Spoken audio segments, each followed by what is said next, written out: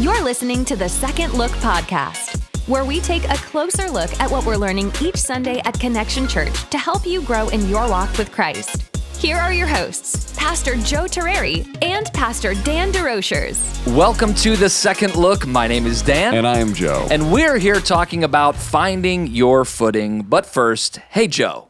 Hello, Dan. Some people get all the breaks, don't they? They sure do, Dan. I mean, life's just easy for a whole bunch of people. Yeah. But not us, Dan. Well, I don't know. Oh, okay. I don't know. I think maybe you've been told that you get all the breaks a time or two. Some people think I'm lucky, and I don't know why. Well, Joe, I lived a significant portion of my life. Yes. When I worked at the University of Valley Forge, people thought that I was lucky because I was on Wheel of Fortune once, and won a large sum of money. And I did, and I won one raffle at a staff meeting at University of Valley Forge, and for every staff meeting that I worked there for 10 years. Yes. For every staff meeting that followed, people were like, "Oh, well, Dan's gonna win probably." What did you win at the staff raffle? I don't know. Maybe a $15 gift card. I don't know. Yeah, that was probably during the time that Valley Forge shouldn't have been giving anything away. Sorry.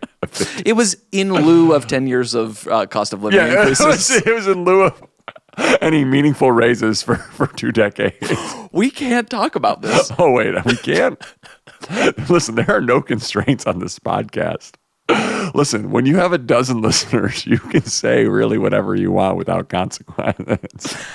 We need to get out of this. Joe, why have people told you that you get all the breaks? I don't know, Dan. One time I was in a grocery store, and literally this other minister came up to me, and he described to me this prayer he had where he's like, "Lord, why can't I get all the breaks like Joe Terreri?"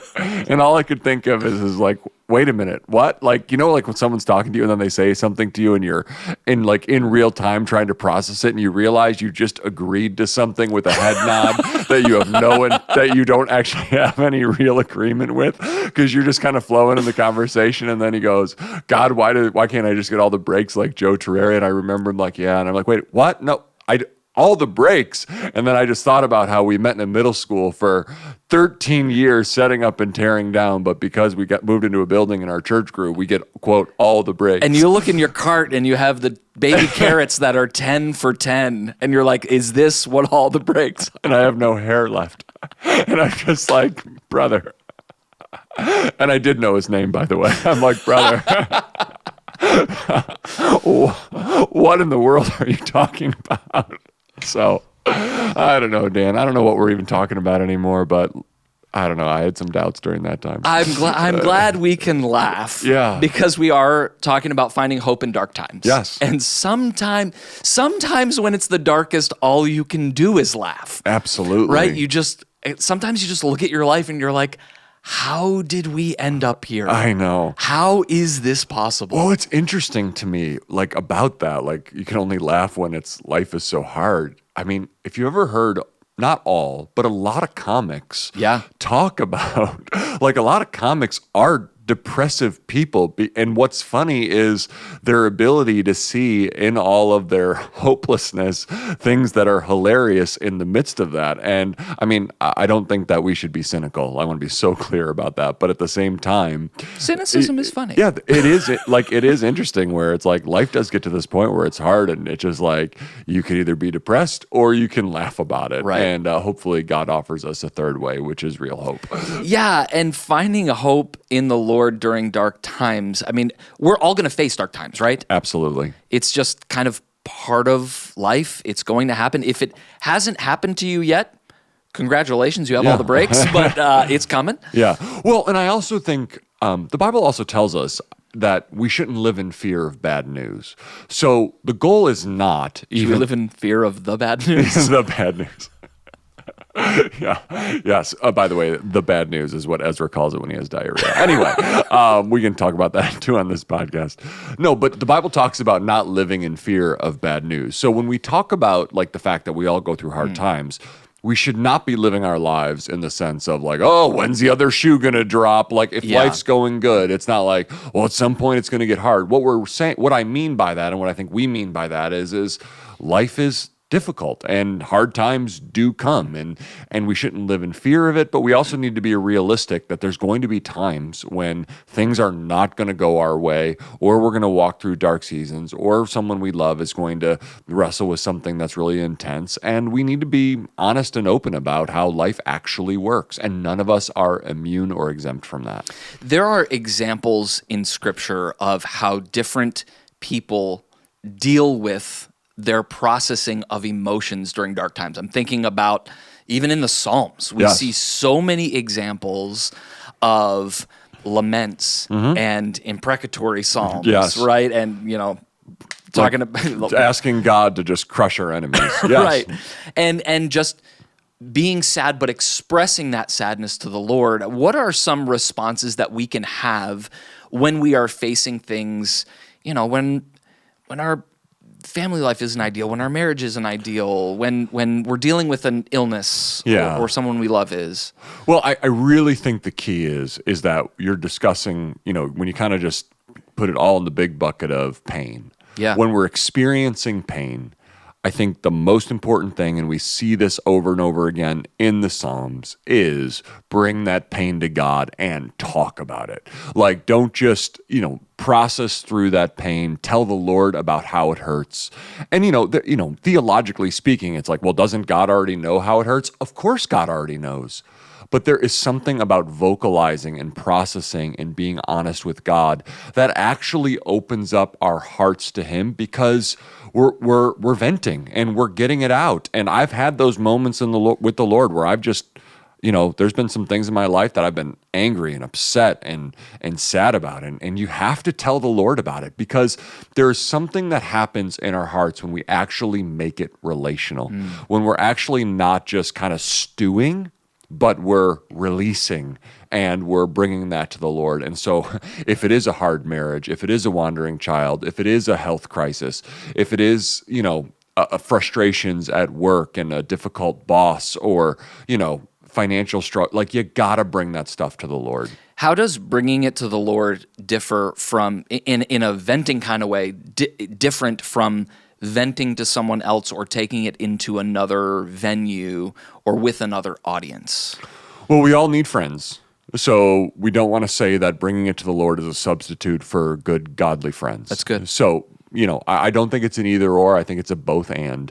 We always need to be careful about gossip, because sometimes what we call venting is actually just gossip. But it's okay to process our pain with godly friends. I mean, we have to do that. And God has given us one another to walk the journey with.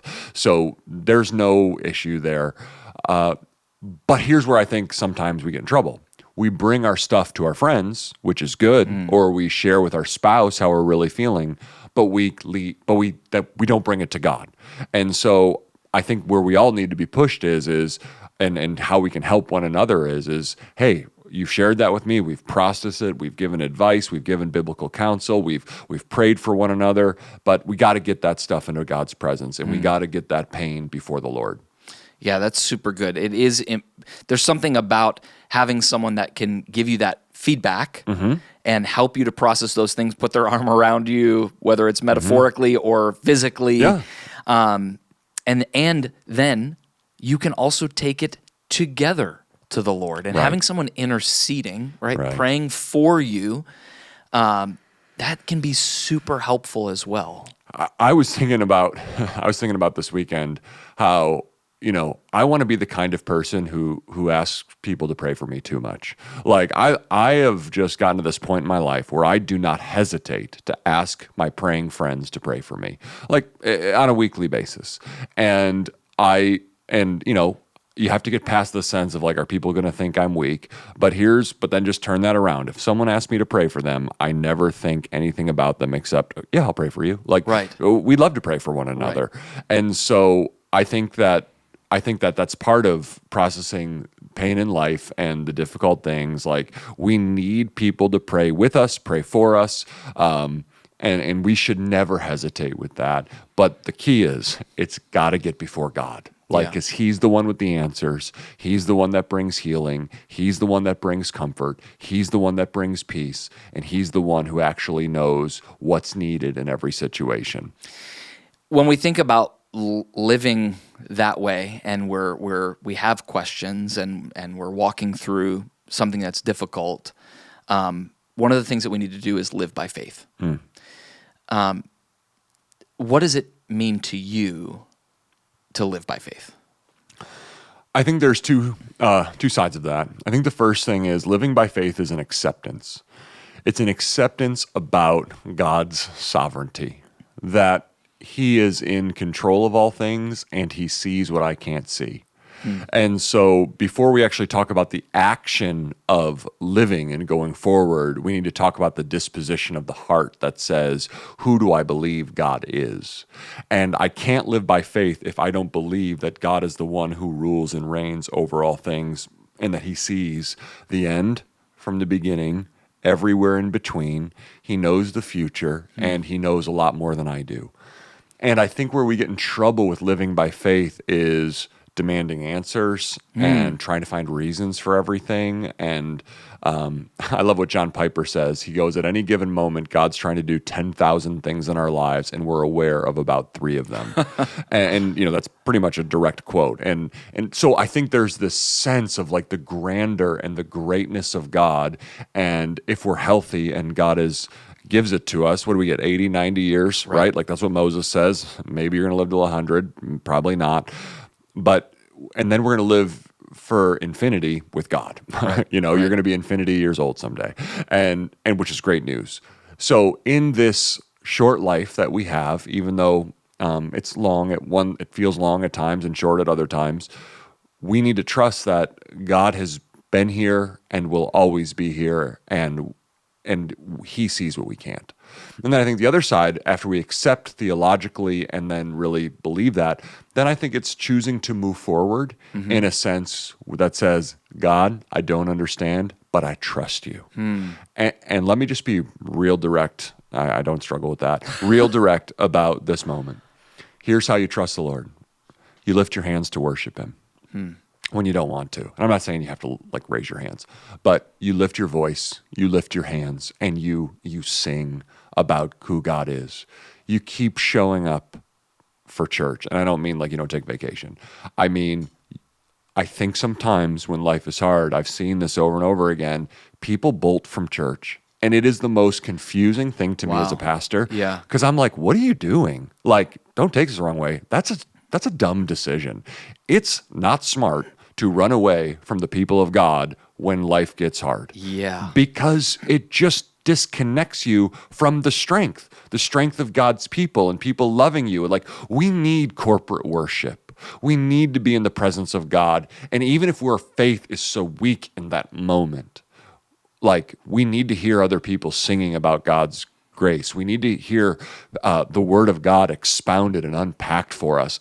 We so undervalue that, and it just can be something that keeps us, and it encourages our faith when our faith is weak. And then I also think there's times where you just continue to seek God in prayer, and you continue to open His word. And I just think the big thing is when we're going through tough times, it's easy to check out spiritually. And that's where our faith moves from, I'm struggling in my faith, to what? Apathy. I don't care anymore. And so there's that two-sided thing. We live by faith, and I'm not just talking about spiritual disciplines, but that's a huge part of it, and we accept who God is and our relationship to him. Can we talk more about that moment where things get tough and we feel like we need to disconnect, or we just need a break. I just need to figure this out. And that movement. Just such a weird thought, right? Yeah. Like, I'm going to try to figure my life out apart from God and his people. Great. That's super smart. But it happens all the time. Oh, yeah. How many people have you known Yep. that fall off the radar, and then you come to find out later, oh, they were going through X and Y hard time. Yep. Yeah, now listen, I think sometimes people are embarrassed if their life's falling apart. Yeah. And I would say, yep, that's just a misunderstanding of God's grace, right? But I think that I've seen that so much as a pastor, and we've seen that so much in the life of our church where, people walk through the valley and then it's like they just bolt. And But listen, I think that I don't want to sound judgmental, and I don't mean this in a judgmental way, and I don't actually have anyone specific in mind. But it's kind of what I talked about yesterday in my sermon. Like, doubt is like a foot lifted to take a step. You're either going to take a step towards God or you're going to take a step away from God. And that's exactly what we're talking about. Doubt either drives you towards God and his people. And by the way, I always put those two things together. Like, God's people are not God, but God has called us to be part of his people. Yeah, that's good. So like a lot of us want God without his people. And I just want you to know, like, that doesn't exist anywhere in the New Testament or the Old Testament. Like, there is no God there is no relationship with God without relationship with his people. You get reconciled to God and reconciled to his people. Yes, and of course, we all know the church is imperfect. But you want to take that step towards God, and we end up running away from God, and whether it's embarrassment or whether it's pride or whether it's fear or whether it's not wanting to be a burden to others, or what I actually think it often is we're disappointed with God. And so I wonder if in that disappointment, the way that we get back at him is by ignoring him. And it's kind of like we treat God like a friend or a spouse who's hurt us. Like, yeah, I'm just going to give you the cold shoulder for a while. And it's just like, yeah, that's not, like, the only one who's losing in that scenario is you. Right. And so I think we just need to be aware of how our hearts respond when life is hard. Are there ways that we can encourage someone who might be in our life they've drifted away for whatever reason, and maybe it went from disappointment in God to apathy, or maybe it's in that transition period? I mean, I've had this conversation before with recently with someone about they went through a hard time, and he was asking the question, well, where were these people when this thing happened to me? And they walked away from me and weren't in my life. And I kind of challenged him, and I said, well, what if we didn't know what to do? Mm-hmm. We don't know what to say. We don't know why. You know, someone drops off the radar. Mm-hmm. You don't know if they're choosing to go off the radar, right, or if something.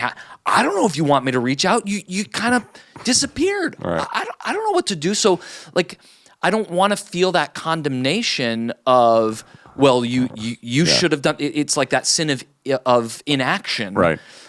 But what can we do to engage with someone who might be going through a hard time without maybe I don't want to feel overbearing or those kind of things? Well, it's interesting. You're describing a situation, and I'm starting to think of now names are coming to my mind, and I think, again, not wanting to sound judgmental, but just a fair question would be, okay, when people kind of fall off during difficult times in their life, the question I often am actually asking is did they actually ever have faith to begin with? And if so, what was that faith in? Right. Was it in a God who's supposed to make my life easier? Because a lot of us believe in the gospel of easy.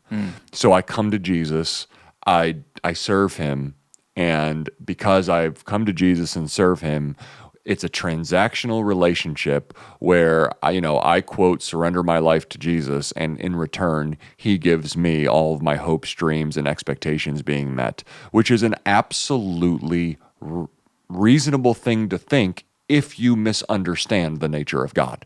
Like, and that's an Americanized gospel that is nowhere in the scriptures, and all you need to do is read a few statements by Jesus himself and realize he never promised that. I could preach a whole sermon series called I Didn't Promise You That. But coming this fall at Connection Church. No, it's not. But I just think that there's that. So when people do fall off the radar, I actually think suffering is not an excuse for sin. Okay. And Peter actually talks about this, I think, in 1 Peter, that when we suffer and when we go through hard things, it's not an excuse to sin. So, and I think, in the example you're giving with the person and like, hey, people weren't there for me. Listen, there's probably some truth to that. But what we're not usually asking when we're thinking like that is, and what was my part in this? Right.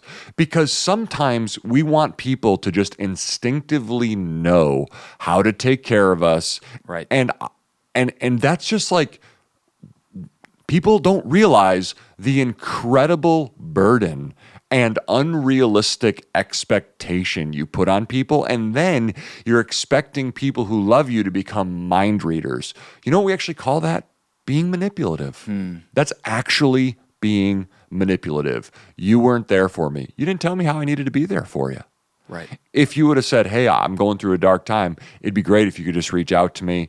You know, we could pray together. You can give me a call once a week. You know, and if it's a close friend, it's like, oh yeah, I can do that. But instead what we do is we wait around and then we just and then it's like, because here's what we actually love. We love to be the victim. Yeah. And guess what? Now I have an excuse to stay the same. Right.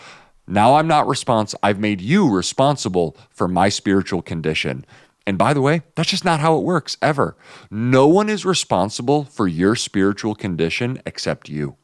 Like, you are responsible to reach out. You are responsible to get in God's presence. We can't do that for one another. We can come alongside, we can encourage, we can help, and we can be really good friends to people, but we can't do the heart work for you. Like, we have to do our own work. Yeah. And I've just found, like, you have to take initiative. And I think some of us, we like to feel like we're the victim and no one cares about us, which actually is like a way of us saying, I get to blame everyone else for being where I'm actually at. And I just want you to know, like, that's just not going to fly on Judgment Day. Yeah. Like, you just don't get to blame. Like, you're responsible for you. And this is where spiritual maturity gets stunted. Well, that's easy for someone to say who gets all the breaks. Yeah. Well, this has been another episode of The Second Look. You can catch this sermon and much more at our website, cometoconnect.com. Have a great week.